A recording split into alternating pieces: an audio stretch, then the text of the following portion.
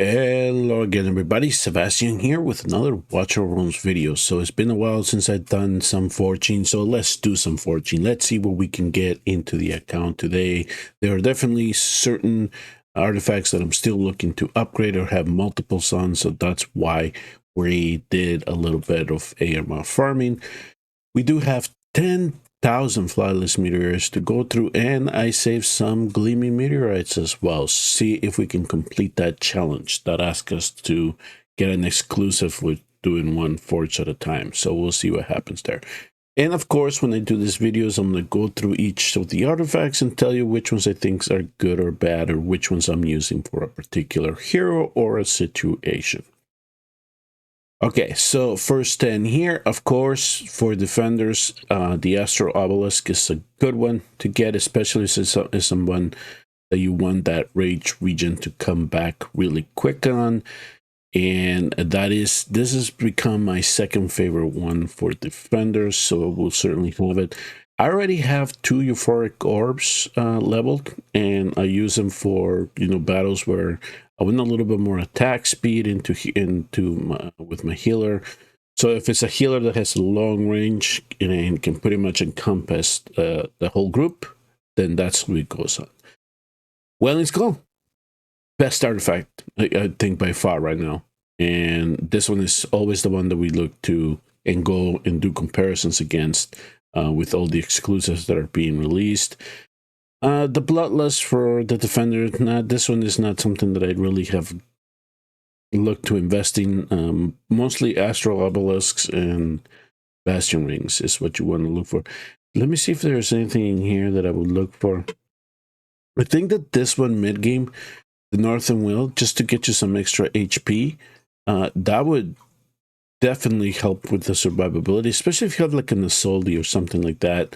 That will definitely. You can get really cheeky if you want in GBG, but I would go Bastion Ring still with that. Sometimes you can catch your opponents off guard if you don't have Bastion Rings though.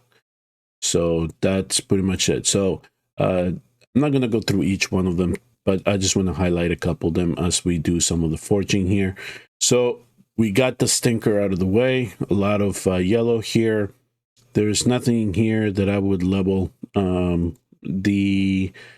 This one, I mean, if you wanted to, very early on, you just get it to 10. But that's pretty much just going to do for you. It's not going to do much. Let me see here. We got one. Okay, so Heaven's Rage. Some people don't really like this artifact because you're just getting critical damage increase after a critical hit. I invested in one. I have one leveled up. I like to put it on somebody like Ajax, right? When you get more damage when he does crit. Now, this one, Lightning Samsara, this is one that I have one of. I should really be working on a second one. So that's what I'm going to do because this one is really good. It just restores your rage. You come back to it a lot quicker. And don't forget to get a Tumultuous Horn. Keep one at least so you can use it when you need that first initial rage deployment. One hero I like to use it on is Laia in the guild boss. So just I put her down, she's already ready to go. Pull her back. The next time that she comes back around, she'll be ready to go. So let's continue on here. We're essentially looking for the mythical ones. So let's see how many we can grab here. We just got one. Everything else pretty much for sale.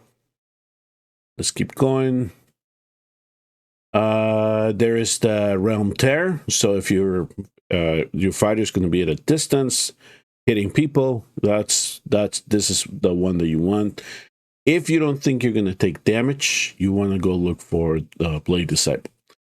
Bastion Rings are always good. Tia's Bomb, you can get one of these if you want, and you start leveling. Tuning Crystal is only if you are looking for your hero to do some damage. This is most defenders don't have high multipliers, so this really does not add too much damage. Oh, there's the Watch Square Ambition. So this one, if you don't have the type of heroes that you need for something like the Lord of Sticks, you need to hit that shield quickly, bring it down. This one could actually benefit you if you need just that extra hit. Get that trigger chance to get activated. I think this was eventually up to like 30% when you fully level it. But just this to get you that extra hit, you could possibly then use it to bring that shield if you wanted to, if you don't have the siphons and everything else back. But if you just want that extra hit, that one will help you. So Regal Crest, you know what? This one, there are certain situations where you want that extra healing, but I wouldn't invest on one like right away. Invest on your defender ones that you need. The Obelisk, the Bastion Rings. Invest on those first, and then you can go ahead and worry about these. And of course, now we got another Wailing Skull, so that's not bad. Everything else is it's going to be Methro. Let's do another 10. And here we go. Oh, Siphon is always good. I have 2. I'm working on 3.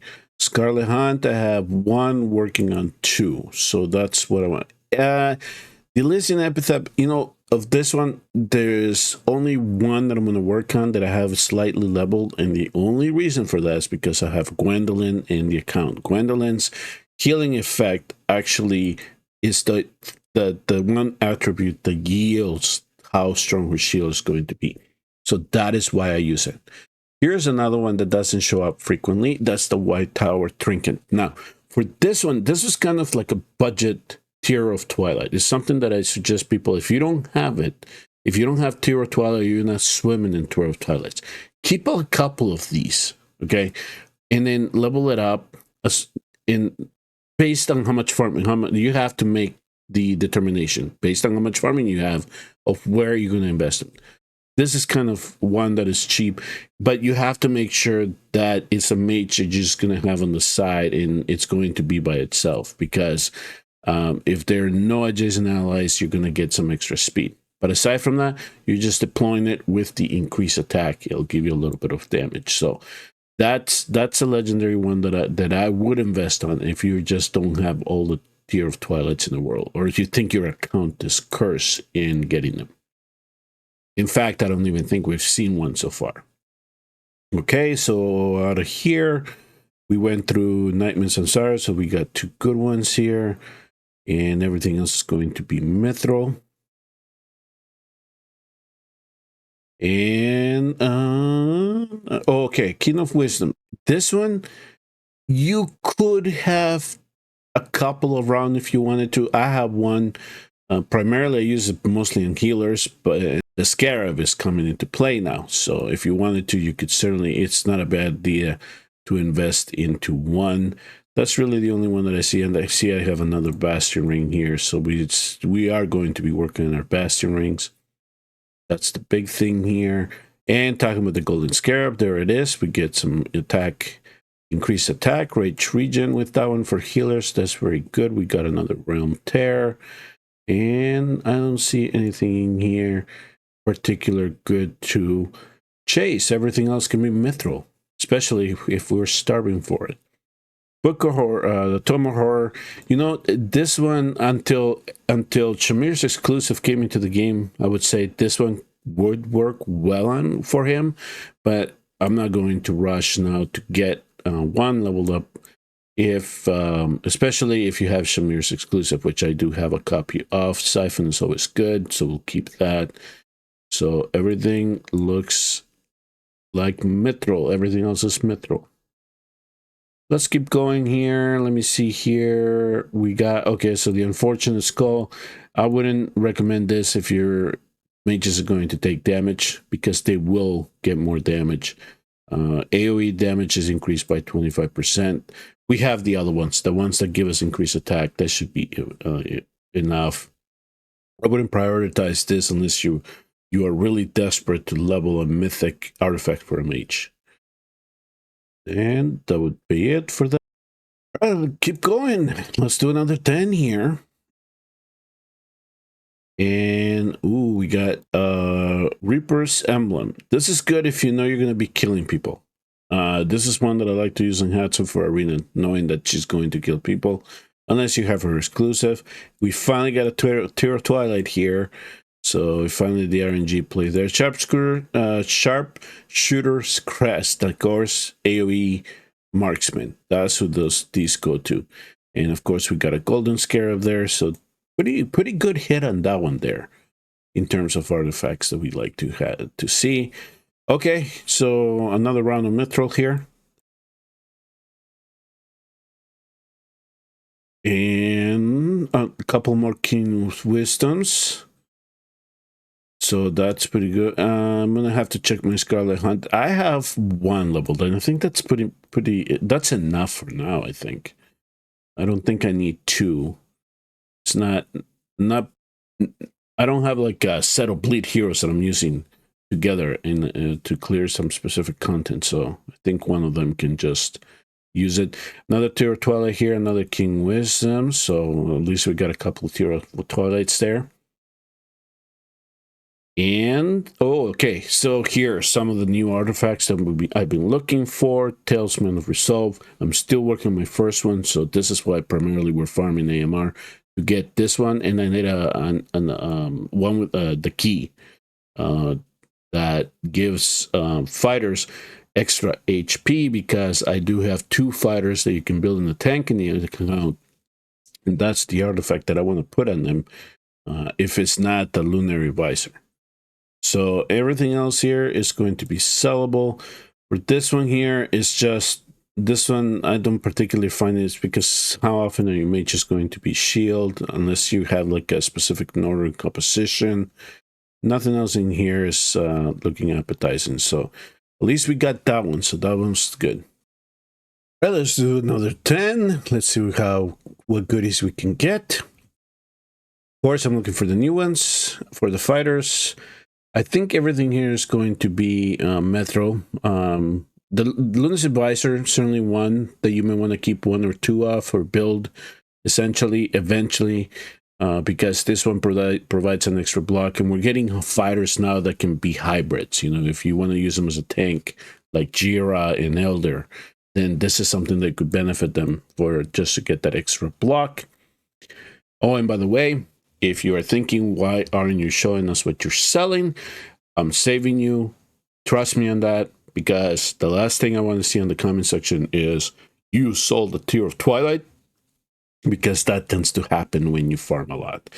Okay, so we have, okay, so here in this Slayer's Malice, this is a mid-game, late game, I would say, artifact that I like to use on somebody like Damus. Damus gains HP, right, with his ultimate, and he does multiple hits. So in that regard, something like this is very good on him if you, again, are not stacked with a lot of the very good mythic fighter artifacts that the game has to offer. So that one could be one that you can invest early game on somebody like Damus, especially for Kill Boss and Semra. Okay, let's continue. We're making 10,000 Gleaming Meteorites disappear, just like that. More Spirit Siphons and more Tia's Bombs, and then everything else I'm just going to sell. Siphon, of course, is very good for marksman, where you're going to have the same target hitting the same target over a long battle. I got another Wailing Skull. I got another Siphon. It looks like we are doing well in that regard. And then I got an Unfortunate Skull and a Tomb of Horror. So we got 4 out of the 10. That's not bad. Bloodhorn Signet, this is one that I don't particularly have high on the list, but I did level 1 up, because one of the things is reduces max HP. So if you're going against somebody that heals, essentially you're bringing that max HP down. But it also increases critical damage by 20%. So if I'm in a situation like I want to make sure that marksman has a lot of critical damage, example Silas, then I give him something like this, especially if he's changing targets a lot. Sharp Scooter Crest we went over, and Heaven's Rage we went over. Anything else in here? Not particular, just going to be Methro. Okay, let's continue on. We're down to 1187, so we're not going to... Ooh, 2 obelisks in 110. That's not bad. Everything else is going to be sellable. So we're going to get a second obelisk on this account, that's for sure. And everything here I'm going to sell, not stuff that I wanted, that I saw there. We're going to... Nope. Title Ring, this is not one that I would particularly invest in. It only increases damage 10, 20, so every 10, 15, 20, 25, 30. So it's about 30. And you have a chance to slow down targets, but it's all RNG dependent. So it's not something that I would go, well, we got to invest on it really quick. So that'll do it for the Gleamings. Let's just go over to the exclusive forge here. Well, with the Gleaming Meteorites, sorry, flawless is that one. So let's just try to do some singles, because there is the achievement that I was looking to do. Which one do we get? We get Sadie's when her ultimate is activated, and when it ends, it triggers 1 healing at a rate of 150% of the healing multiplier. After the ultimate ends, reduces the HP loss effect on allies by 20%. Sounds good on the surface, so it's something that we can definitely try on her, and we shall see. So now let's go do a couple more singles here. No yellows, you're gonna hurt me, stop it. So arcade exclusive, yes, I do have already a copy of him. It just essentially it increases the chances of gaining winged blessings after when the Stormbeak disappears. So that's essentially what it does, and he does more damage from it. But I don't have the hero, so unfortunately it's gonna have to wait until he decides to show up in the account. There is another Scarlet Hunt. Let's keep going. See if we can get another exclusive here. Making sure, no yellows, please. Come on. And there's a Bloodborne.